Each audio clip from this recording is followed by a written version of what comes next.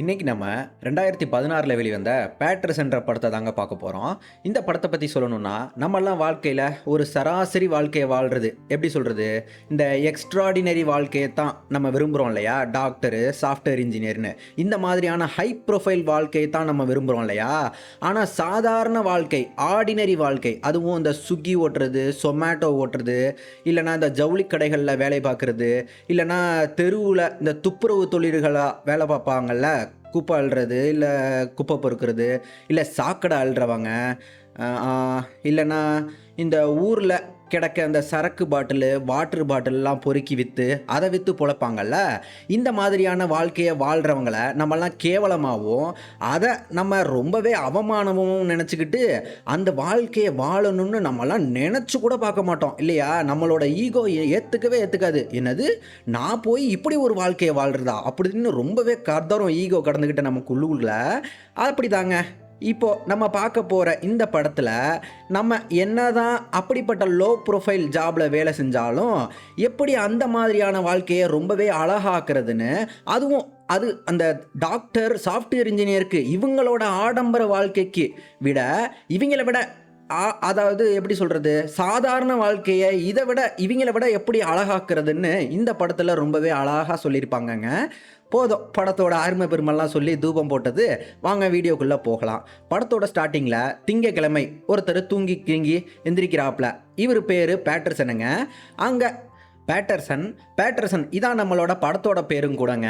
Patterson ஆளு night நல்லா alarm வச்சுட்டுலாம் தூங்கக்கூடிய ஆள் இல்லைங்க. இவர் எப்படின்னா, அவருக்கு எப்போ முழிப்பு தட்டுதோ அப்போ தான் எந்திரிப்பாப்ல. எந்திரிச்சதும் இப்படி தான் மணி என்னாச்சுன்னு, எத்தனை மணி நம்ம எந்திரிச்சிருக்கோம் அப்படின்னு வாட்சில் நேரம் பார்த்துக்குவாரு. அப்புறம் ஆளுக்கு கல்யாணம் ஆகி பொண்டாட்டி இருக்காங்க. தன்னோட வாழ்க்கை துணையை இவராகவே தேர்ந்தெடுத்து கால்தலிச்சு கல்யாணம் பண்ணியிருக்காரு. ஆளு மண்டே எந்திரிச்சதும் மணியை பார்த்துவிட்டு, ஐயோ லேட் ஆச்சே, வேலைக்கு போகணுமேனு அவசரமாக குளிச்சுட்டு வேலைக்கு ஓடலைங்க.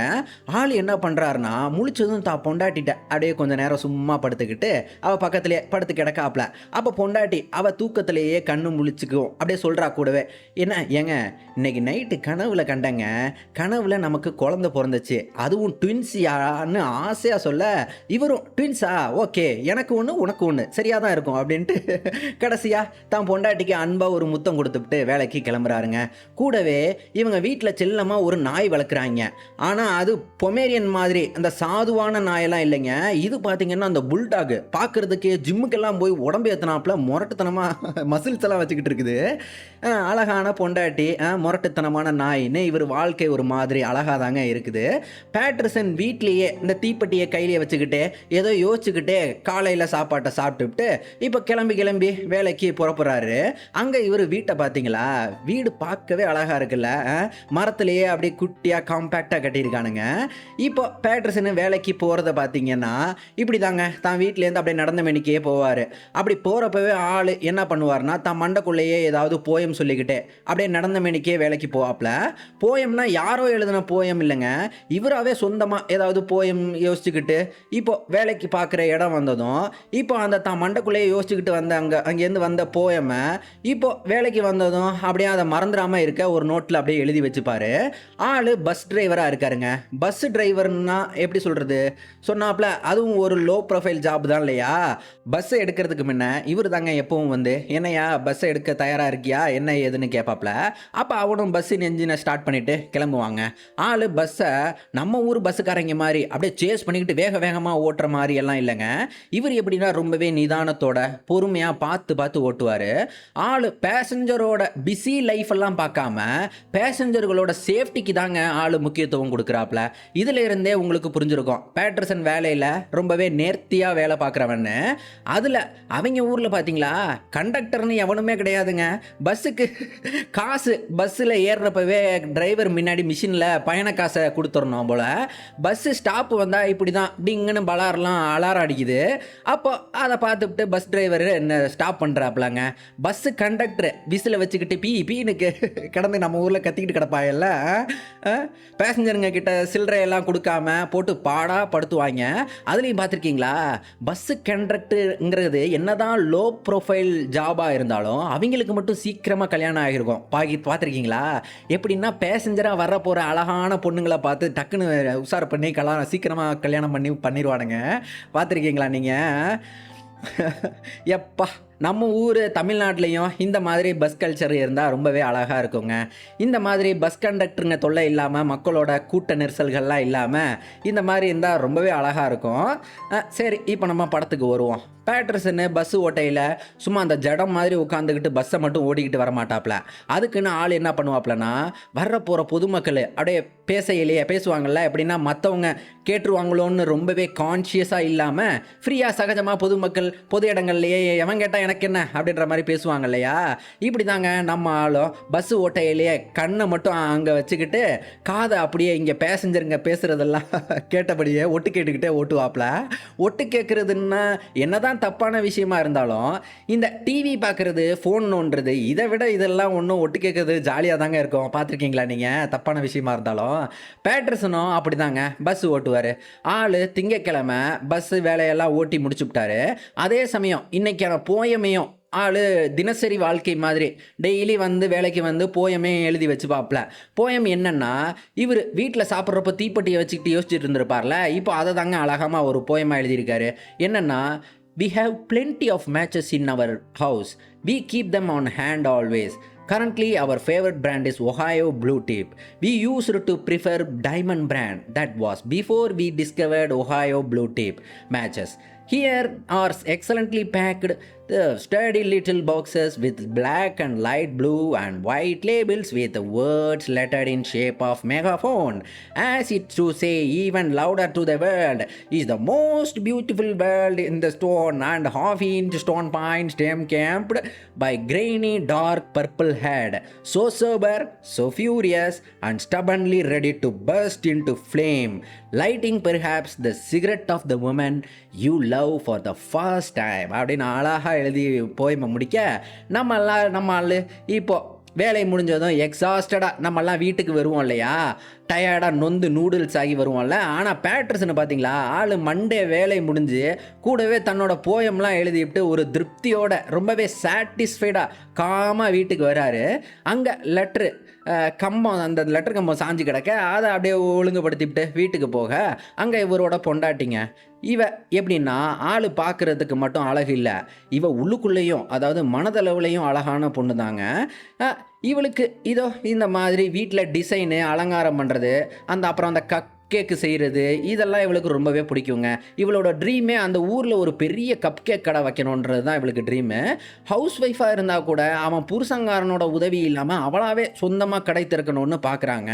பேட்ரசனை அதை புரிஞ்சுக்கிட்டு இவர் சேவியர் ரோல், நானே ஷாப் ஓப்பன் பண்ணி தரேன் அது இதுன்னு இந்த சேவியர் ரோல் ப்ளே பண்ணாமல் சப்போர்ட்டிவாக மட்டும்தாங்க அன்பா அக்கறையாக பேசி விடுறாரு. சாப்பிட்டதும் இப்போ நாயை வாக்கிங் கூப்பிட்டுட்டு போவாருங்க. அப்படியே ஊருக்குள்ளே இருக்க பாருக்கு அந்த வாசலில் அப்படியே நாயை கட்டி விட்டுவிட்டு இவர் மட்டும் தனியாக பாருக்கு குடிக்க போவார்.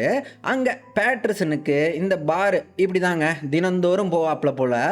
ஊர் மக்கள் எல்லாத்துக்கும் பேட்ரசனை நல்லா தெரிஞ்சிருக்கு. பார்டெண்டர் இவர் கூட பேட்ரசன்ட்ட நல்லா பேசுவாப்புல போல், நல்ல பழக்கம் இருக்குது போல் இருக்குது. அங்கே பார்டெண்டரை பார்த்தீங்களா, அவர் பார்லேயே தனியாக ஒரு செஸ் போர்டு வச்சுக்கிட்டு, போச்சுரா இன்னைக்கு நான் செத்தண்டான்னுட்டு இருக்க, யாரோடங்க விளாண்டுறீங்கன்னு கேட்டால் மூஞ்ச அப்படியே ஒரு மாதிரி வச்சுக்கிட்டு சிரிப்பாக வச்சுக்கிட்டு மைசெல்ஃப் அப்படின்றாரு. ஆள் பார்க்கவும் சிரிப்பாக தாங்க இருக்கார். அங்கே இப்போ தூங்கி எழுந்தா மறுநாள் டியூஸ்டேங்க. எழுந்ததும் பொண்டாட்டிக்கு அவள் உடம்புலையே அங்கேயும் இங்கேயும் அப்படியே வளைச்சி மொத்தமாக கொடுத்துட்டு அழகாக அப்படியே வேற அழகாக இருக்க அப்படின்ட்டு ஒரு பிட்டை வேற போகிறாரு. அவன் நைட்டு கண்ட கனவெல்லாம் சொல்ல இவன் அதை கேட்டுக்கிட்டு சிரித்தபடியே வேலைக்கு கிளம்புறாப்புல. வேலைக்கு போகிறப்பவே தான் மண்டைக்குள்ளேயே போயம் சொல்லிக்கிட்டு இப்போ பஸ்ஸுக்கு வந்ததும் போயமை எழுதி முடிப்பார்.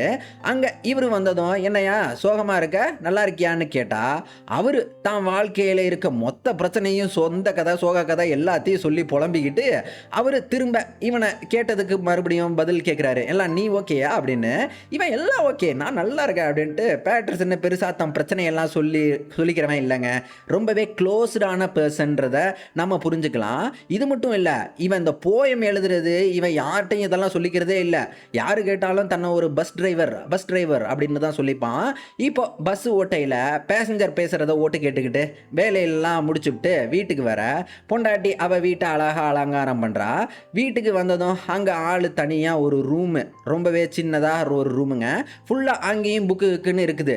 இவர் இன்னைக்கான போயமை எழுதிக்கிட்டு, போயம் என்னன்னா, when you are child you learn there are 3 dimension, height, width and depth, like a shoebox. Then you later you hear there is a 4th dimension, time.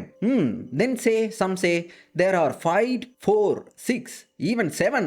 அப்போ காதலி அங்கே வந்து பேட்டர்சன் கூட கூப்பிட்டு பேசுகிறா.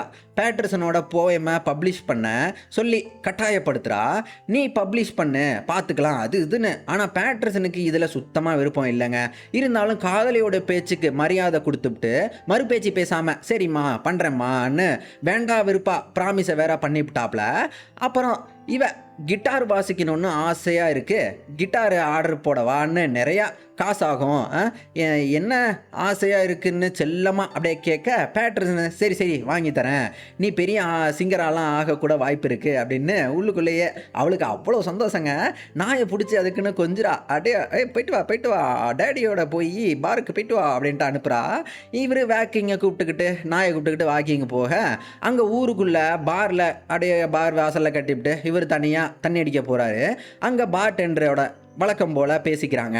அங்கே பார்டெண்டரு பேட்டர்சனுக்கு புது பழக்கம் அறிமுகம் பண்ணி வைக்கிறாருங்க. இந்த பொண்ணு இவ பேர் மேரிங்க. பேட்டர்சனு ஃபார்மலாக அந்த பொண்ணுகிட்ட பேசிகிட்டு இருக்க அங்கே அப்போ பாருக்குள்ளே ஒருத்தன் வர்றான். என்னன்னா இவளுக்கு காதல் பிரச்சனை போலங்க. இந்த பார்டெண்டரு இவருக்கும் அவங்க காதல் விஷயமெல்லாம் நல்லா தெரிஞ்சிருக்குதுங்க.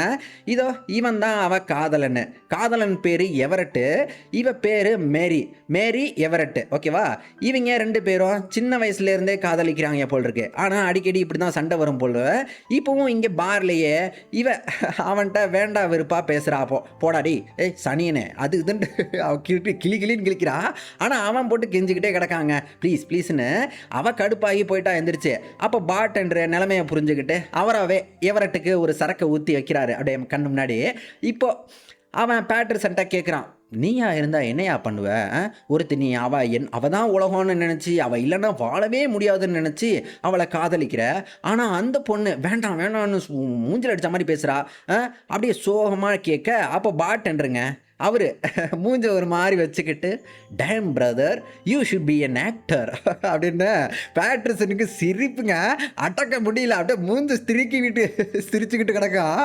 அப்புறம் பேட்டர்சன்னு இப்போ தூங்கி எழுந்தா வெட்னஸ்டேங்க. அங்கே தான் பொண்டாட்டிக்கு அன்பாக ஒரு முத்தத்தை கொடுத்துவிட்டு வேலைக்கு கிளம்ப அங்கே பஸ்ஸு வேலையை ஓட்டி முடிச்சுவிட்டு அப்படியே இன்னைக்கான போயமையும் எழுதி முடிச்சுவிட்டாரு. போயம் என்னன்னா, in my house it's nice warm out, sun on the cold snow, first day of the spring or last day of the winter, my legs run up the stairs and out the door, my top half here writing ன்னு அழகா ஒரு poem எழுதிவிட்டு வீட்டுக்கு வர அங்கே பொண்டாட்டி அவள் எப்பவும் போல் வீட்டை அழகாக டெக்கரேட் பண்ணிக்கிட்டு அப்படியே பேட்டர்சன்ட்டையும் என்னடா இன்னைக்கான போயம்லாம் எழுதிட்டியா? நான் அவளும் அந்த பேட்டர்சனோட போயமை பற்றி க்யூரியஸாக இருக்கா. அவள் பேட்டர்சனை ரொம்பவே மானசீகமாக லவ் பண்ணுறா போல் இருக்குதுங்க. இப்போ கிட்டார் ஆர்டர் பண்ணிவிட்டேன், இன்னும் 2 நாளில் வரப்போகுது அப்படின்ட்டு ரொம்பவே ஆர்வத்தோடு இருக்கா. அதுக்குன்னு ஸ்பெஷலாக நைட்டு ஒரு புது டிஷ்ஷை வேறு செய்ய போகிறேன்னு இவரும் அதை சாப்பிட்டுக்கிட்டு இப்போ எப்பவும் போல் வழக்கமாக நாயை கூப்பிட்டு வாக்கிங் போக அங்கே பாருக்குள்ளே ஒருத்தன் கருப்பினத்தை பாருக்குள்ள இல்லை வெளியில் ஊருக்குள்ளே ஒருத்தன் கருப்பினத்தை சேர்ந்தவங்க மியூசிக் ரேப்பர் போல் இருக்கான். அவன் அழகாக ஒரு ரேப் சாங்கை அப்படியே ப்ராக்டிஸ் பண்ணிகிட்டு இருக்கான். அதுவும் ரேப்புனா ஃபாஸ்ட்டாக இருக்கும்ல. இவன் என்ன ஸ்லோ ரேப்பராமா, பாட்டு ரொம்பவே அருமையாக இருக்க. பேட்டர்சனு இவனுக்கு ஒட்டு கேட்குற பிடிக்கணும் இல்லையா, இவன் பாடுற அழகை அப்படியே ஒட்டு கேட்டுக்கிட்டு இப்போ அவன் பார்த்ததும் சாரி ஒட்டு கேட்டுக்கிட்டு இருந்ததுக்கு நீங்கள் ரொம்பவே அழகாக பாடிட்டு இருந்தீங்க, அதான் கேட்டுக்கிட்டு இருந்தேன், நீங்கள் ரேப்பரா அதுவும் அது இதுன்னு க்யூரியஸாக கேள்வி கேட்க கூடவே நீங்கள் ஃப்யூச்சரில் பெரிய ரேப்பராக வருவீங்கன்னு பிட்டெல்லாம் போட அவனும் தேங்க்யூ மேன் அப்படின்னு சிரித்தபடியே பேசி அனுப்புகிறான். இப்போ நம்ம ஆள் பேருக்கு குடிக்க வர்ற அங்கே பார்டெண்டர் அவர் என்னன்னா பாருக்கு வந்த ஒரு பொண்ணுகிட்ட கூட அப்படியே சிரித்து அப்படியே கடலையை போட்டுக்கிட்டு கிடக்கிறாரு. இவன் மட்டும் தனியாக பாரை குடிச்சுக்கிட்டு ஆள் இப்போ சோகத்தோட வீட்டுக்கு இவர்கிட்ட பேச முடியலேன்னு வீட்டுக்கு வர்றாப்புல. இன்னைக்கு தேர்ஸ்டேங்க. இன்னைக்கு எந்திரிக்கிற வழக்கத்தை விட இன்னைக்கு கொஞ்சம் லேட் ஆகியிருக்கு. அப்பவும் கூட அவசரமாக வேலைக்கு கிளம்பி ஓடாமல் பொண்டாட்டியை அப்படியே கட்டி பிடிச்சிக்கிட்டு முத்தமெல்லாம் கொடுத்துட்டு அப்படியே கொஞ்ச நேரம் படுத்து வேற கிடக்கிறாரு. அப்படியே படுத்து மணிக்கு யோசிச்சுக்கிட்டு பொறுமையாக தாங்க வேலைக்கு கிளம்புறாரு. வேலைக்கு போகிறப்பவே அந்த ஊர் கட்டடங்கள்லாம் அப்படியே பார்த்தபடியே பொறுமையாக ஆடி செஞ்சு போக அங்கே பஸ் டிரைவர் வேலையில் பஸ் ஓட்டையிலேயே பேசஞ்சர் பேசுகிற கதையெல்லாம் ஓட்டு கேட்டுக்கிட்டு அதுவும் நல்ல இன்ட்ரெஸ்டிங்கான கதையாக வேற பேசுகிறாளுங்க. பேசிக்கிட்டு அவர் அதை அப்படியே கேட்டபடியே பஸ் ஓட்டிட்டு கூடவே போயமே எழுதிப்பார். போயம் என்னன்னா கேளுங்க.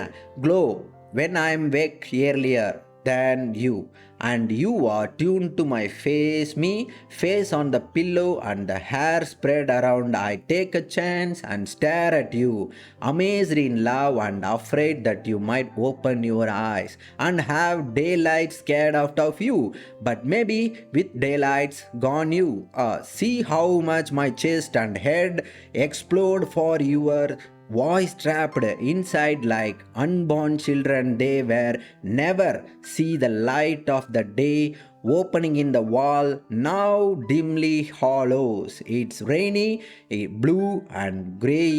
Tie my shoe and go downstairs to put the coffee அப்படின்னு எழுத வீட்டில் காதலி அவளை பார்த்தீங்களா பிளாக் ட்ரெஸ்ஸில் வெள்ளை பெயிண்ட்டை அப்படியே அடிச்சுக்கிட்டு தலையில் வேற ஏதோ அழகாக ஒரு டிரான்ஸ்பரண்ட்டாக ஒரு துணியை துத்திக்கிட்டு அப்படியே அவளே ஒரு செம்மையான டிசைனாக ஏஸ்தட்டிக்கான ஒரு பொண்டாட்டியாக இருக்கா. இங்கே பேட்ரிசன்னு பஸ்ஸை ஓட்டிவிட்டு வீட்டுக்கு வந்தால் அவர் அங்கே பேச்சை போடுறாரு. இன்றைக்கி நல்லா இருக்கியா அது இதுன்னு அவர் எப்பவும் போல் வழக்கம் போல் புலம்பல் தாங்க. இன்றைக்கி கொஞ்சம் அதிகமாகவே புலம்பலை போட பேட்ரிசன்னு சாரி அவர்கிட்ட சொல்கிறான். அவரும் நல்லபடியாக பேசிவிட்டு வீட்டுக்கு கிளம்புறான். அங்கே வர்ற வழியிலேயே ஒரு சின்ன பொண்ணுங்க. அவள் ஆள் நடமாட்டமே இல்லாத ஒரு ரோட்டில் அவள் பாட்டுக்கு அப்படியே வெளில உட்காந்துருக்கா. ஏய் என்னம்மா தனியாக உட்காந்துருக்க? இல்லை எங்கள் அம்மா பில்டிங்குள்ளே போயிருக்காங்க, அவங்க வர நான் வெளில உட்காந்துருக்கேன்னு. இவர் சரிம்மா உங்கள் அம்மா வர வரைக்கும் நானும் உனக்கு துணையாக உட்காந்துக்குவா அப்படின்னு கேட்க சரி உட்காந்துக்கங்க அப்படின்னு சொல்கிறா. அப்போ அவள் இவர்கிட்ட பேச்ச போடுறா. நீங்கள் பஸ் டிரைவரா அது இதுன்னு இவர்கிட்ட நல்லா சிரிச்சபடியே பேசுகிறா. அங்கே அவன் நோட்டில் ஏதோ எழுதிக்கிட்டு இருக்க. அவளாவே கேட்குறா. அப்போ போயமில் உங்களுக்கு இன்ட்ரெஸ்ட் இருக்கா அப்படின்னு சொல்கிறா. இவ்வளோ அதெல்லாம் இன்ட்ரெஸ்ட் இருக்குன்னு அப்போ ஒரு போயம் அவளாவே சொல்கிறாங்க. Water falls from the bright air. It falls like a hair falling across the young girl's shoulder. Water falls, making pool in the asphalt dirty mirror. With clouds and building inside, it falls on the roof of my house. It falls on my mother and on my hair. Most people call it rain அப்படின்னு சொல்லிகிட்டே சிரித்தபடியே அப்படியே பார்க்க போயமே ரொம்பவே அழகாக இருக்குன்னு எனக்கு ரொம்ப பிடிச்சிருக்கு, பியூட்டிஃபுல், தேங்க்யூன்னு சொல்கிறான். அவள் அங்கே அப்போ அவன் அம்மா வந்ததும் தங்காச்சியும் வர்றா. இவ தான் என் தங்கச்சி, ட்வின்ஸ் நாங்கள் அப்படின்னு சொல்ல அவள் பார்க்க ஒரே மாதிரி தாங்க இருக்கா. பேட்ரிசன் பையெல்லாம் பார்த்தீங்களா அப்படியே யாருன்னே தெரியாத ஸ்ட்ரேஞ்சரை கூட அப்படியே ஓப்பனாக வச்சு அப்படியே டக்குன்னு அவங்கள்ட்ட க்ளோஸே ஆகிட்டான்.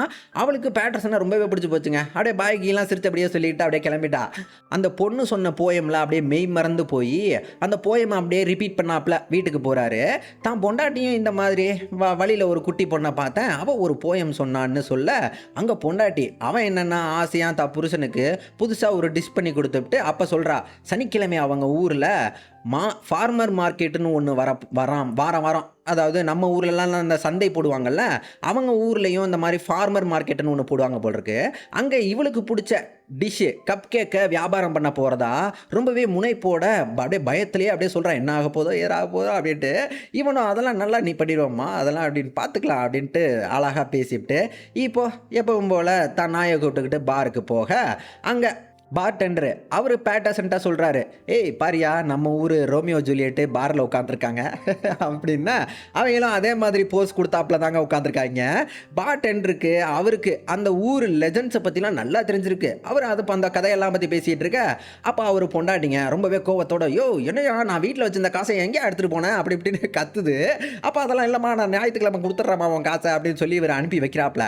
அப்போ அது இன்னும் இல்லாமல் ஃபோன் வேறு அவர் வச்சிருந்த ஃபோனுக்கு மெசேஜ் வேறு வருது. அதை வேற பார்த்துட்டு ஆள் இன்னும் சோகமாக.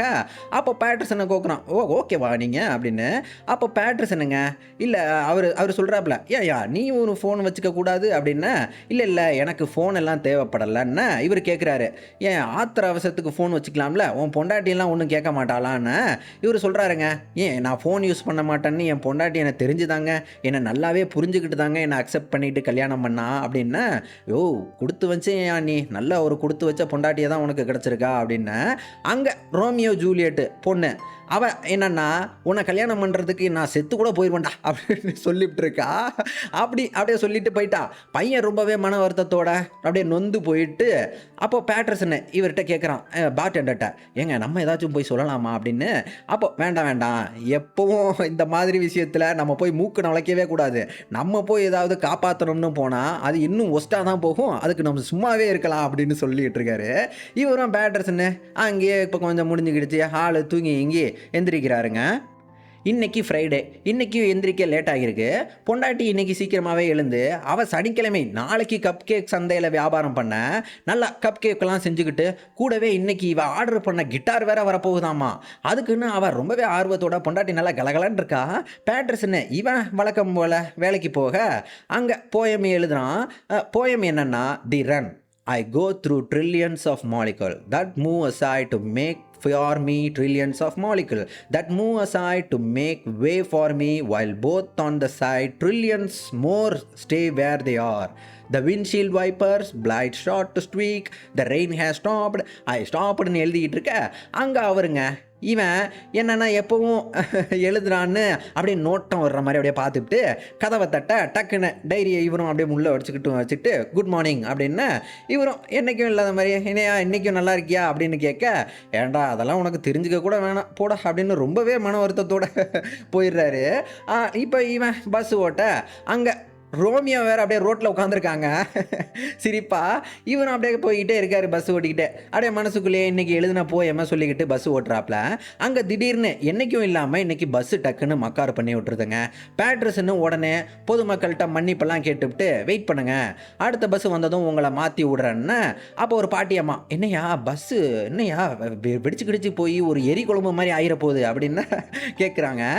இல்லைம்மா பாட்டியம்மா, அதெல்லாம் இல்லை, சும்மா எலக்ட்ரிக்கல் ப்ராப்ளம் தான்னு, அவ்வளோதான் அப்படின்ட்டு பேட்டர்சனை அவங்களெல்லாம் ஒரு ஓரமாக நிற்க வச்சுட்டு, அப்போ ஆள் ஃபோனை யூஸ் பண்ண மாட்டாப்லையா, இப்போ எமர்ஜென்சி அதுமா ஃபோன் இல்லாமல் என்ன பண்ணுறதுன்னு முழிக்க, பஸ்ஸில் வந்த சின்ன பையங்க, ஐயா என்கிட்ட ஃபோன் இருக்குன்னு இதில் நீங்கள் வேணால் கால் பண்ணிக்கோங்க அப்படின்னு. தேங்க்யூடா மகனே அப்படின்னு சொல்லிட்டு இவர் அவர்கிட்ட வாங்கி கொஞ்சம் கூட அந்த ஈகோன்லாம் பார்க்காம அப்படியே அந்த ஃபோன் ஸ்டேஷன் அது வாங்கி அப்படியே ஃபோன் பிரச்சனையை சொல்லி காரை தூக்கிட்டு போக அந்த பஸ்ஸை தூக்கிட்டு போக க்ரேனெல்லாம் வர சொல்லிவிட்டு பேசஞ்சருக்கு ரீப்ளேஸ்மெண்ட்டாக பஸ்ஸையும் அரேஞ்ச் பண்ணிட்டாரு.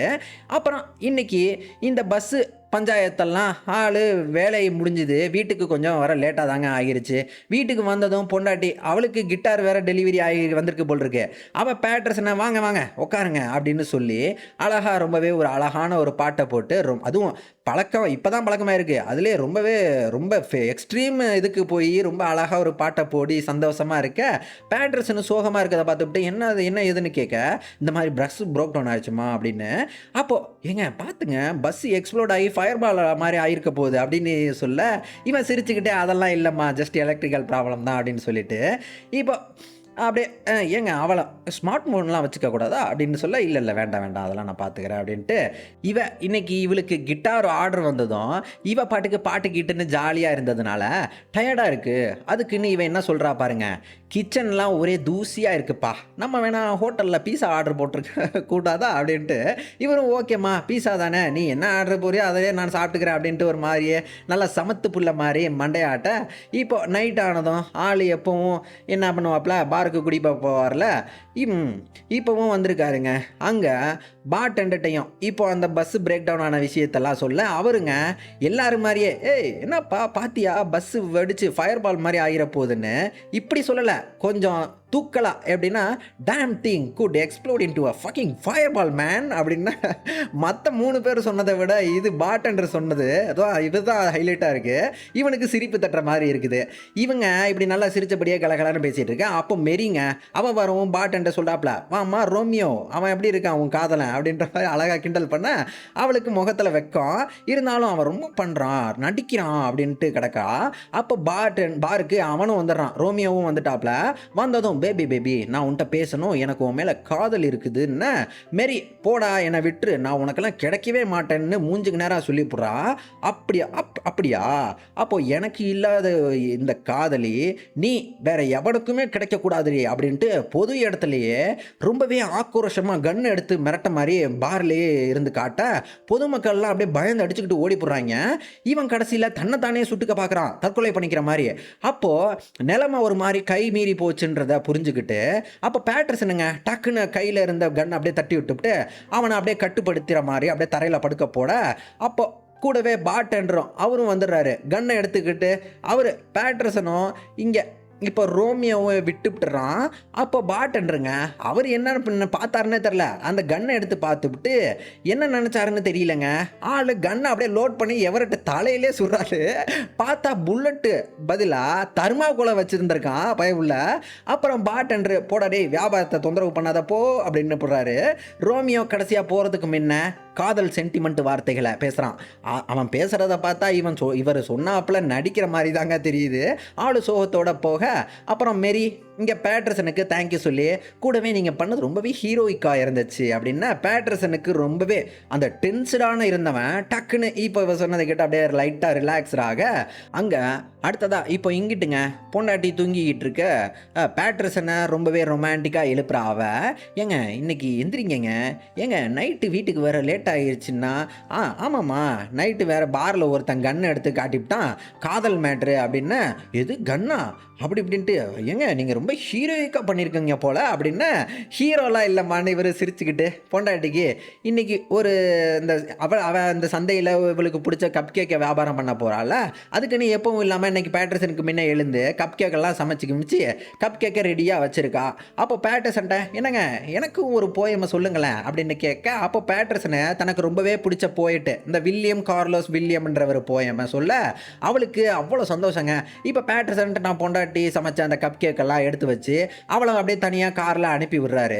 ஆல் தி பெஸ்ட்டுன்னு சொல்லி அவள் போனதும் நம்ம பேட்டர்சனை நாயை கூப்பிட்டுக்கிட்டு வாக்கிங்க்கு போகிறாரு. அங்கே ஒரு இயற்கையான ஸ்பாட்டுங்க, நீர்வீழ்ச்சி மாதிரி இவங்க வீட்டு பக்கத்துலேயே இருக்குது. அங்கே தாங்க ஆள் பேட்டர்சனை காலையிலேருந்து சாயந்தரம் வர அங்கேயே உட்காந்துட்டான், சும்மாவே உட்காந்துவிட்டு. இப்போ இருட்டுனதும் வீட்டுக்கு வந்தான். அங்கே பொண்டாட்டி பயங்கர குதூகலமாக வர்றா. அவள் கப் கேக்கு எல்லாம் விற்று போச்சாமா, ஊருக்குள்ளே கப் கேக்கு பயங்கர ஃபேமஸ் ஆச்சாமா. அதுக்குன்னு இன்னைக்கு வாடா இன்னைக்கு நைட்டு நான் ஏன் காசில் உன்னை படத்துக்கு கூப்பிட்டு போகிறேன், நான் உனக்கு ட்ரீட்டு தரேன் அப்படின்னு சொல்லி படத்துக்கு வரியான்னு கூப்பிட பேட்டர்சனும் இவ கூட நல்லா ஜாலியாக பொண்டாட்டியோட ரொம்ப நாள் கழித்து படத்துக்கு போயிட்டு திரும்ப வீட்டுக்கு வந்தா அங்கங்க இவங்க நாய் அது பேட்டர்சனோட டைரியை கிழிச்சு பீஸாக ஆக்கி வச்சிருக்கு. பேட்டர்சனுக்கு அதை அப்படியே ரியலைஸ் பண்ணக்கூட அப்படியே முடியாத அளவுக்கு அப்படியே பயங்கர ஷாக்காக அப்படியே நிற்கிறான். அப்படியே திக்குமுக்காட போய் நிற்க அப்போ காதலி தாங்க ஐயோ போச்சு விடியா கவலைப்படாதையான்னு இவ ஏதோ தன்னோட பொருள் போனாப்புல வருத்தப்படுறா. ஆள் நைட்டு பூரா தூங்கவே இல்லைங்க, பெட்டிலேயே உட்காந்துருந்துருக்கான். காதலி இப்போ சண்டே விடிஞ்சதும் பேட்டர்சனை சமாதானப்படுத்துகிற மாதிரி அவன் கவலையிலேருந்து மீட்டு எடுக்கலாமான்னு பார்க்குறா. ஆனால் பேட்டர்சனுங்க இங்கே தாங்க ஒரு ஹீரோய்க்கான மொமெண்ட்டு. இதுதான் ஹீரோ ஆக்சுவலாக எமோஷ்னல் ரெகுலேஷனை காட்டுறாரு. அதாவது இல்லைம்மா என் சோகம் இது என் சோகம் நானே பார்த்துக்கிறேன், எனக்கு கொஞ்சம் ஸ்பேஸ் மட்டும் கொடு நானே மீண்டு வந்துடுறேன்னு ஆள் தனியாக வாக்கிங் போகிறாரு. அங்கே இயற்கையான ஸ்பாட்டில் அருவியை பார்த்தாப்புல வருத்தத்தோட அழுக வேற வருது. ஆளுக்கு அப்படியே உட்காந்துக்கிட்டு இருக்க அங்கே இன்னொருத்தன் வேற டக்குன்னு வந்துடுவோம். இவன் பக்கத்துலேயே உட்காந்துக்கிட்டு இவன்கிட்ட பேட்டர்சன்ட்ட பேச்சா போடுறாரு. அவர் தான் ஒரு பெரிய போயட்டு ஜப்பான்லேருந்து வந்திருக்கதா சொல்லி பேச பேட்டர்சனும் தன்னோட லோ ப்ரொஃபைலை மெயின்டைன் பண்ணுறான். அதாவது தான் ஒரு பஸ் டிரைவர்னு தான் சொல்லிக்கிறான். ஆனாலும் அவங்க ரெண்டு பேரும் பேசிக்கையிலேயே பேட்டர்சனுக்கு இந்த போயட்டு அதுவும் லெஜண்ட் போயட்டுகளை பற்றி நல்லாவே இன்ஃபர்மேஷன்லாம் இவனுக்கு தெரிஞ்சிருக்குது. அதனாலேயே இவன் சாதாரண பஸ் டிரைவர் இல்லை போல அப்படின்றது அவளுக்கு தெரிஞ்சு போயிடுது. அதான் பேசையிலே ஆஹா அப்படின்னு டவுட்டு வந்தாப்லேயே பேசுகிறாரு. இப்போ அவர் போகிறதுக்கு முன்னாடி தான் அன்பளிப்பா ஒரு எம்டி டைரியை குடுத்துப்புட்டு, தேங்க்யூன்னு சொல்லிப்புட்டு, கூட கடைசியா போறப்ப அவர் டயலாக போட்டுப்புட்டு போறாரு. ஆஹா! அப்படின்ட்டு. இங்க பேட்ரிசனுங்க திரும்பவும் அந்த வெளிப்படுத்தாம முடியாத போன அந்த சோகத்த நெனச்சு இப்போ மறுபடியும் வருத்தப்படுறாரு. அங்க பேட்ரிசனோட போயம் ஒண்ணு கடைசியா சொல்றாப்ல. என்னன்னா, தி லயன். இந்த போயம் பேரு the lion. There is a old song my grandfather used to sing that has a question. Or would you rather be a fish? In the same song is the same question, but with the mule and pig. But the one is here. Sometimes in my head is the fish one. That one line, would you rather be a fish? As if the rest of the song don't have to be there. அப்படின்னு இந்த அழகான போயமை எழுதி முடிக்க அங்கே ஆள் தூங்கி எழுந்தா மண்டேங்க பொண்டாட்டிக்கு அன்பா முத்தத்தை போட்டுவிட்டு ஆள் வேலைக்கு கிளம்ப அங்கே இந்த படம் முடியுதுங்க.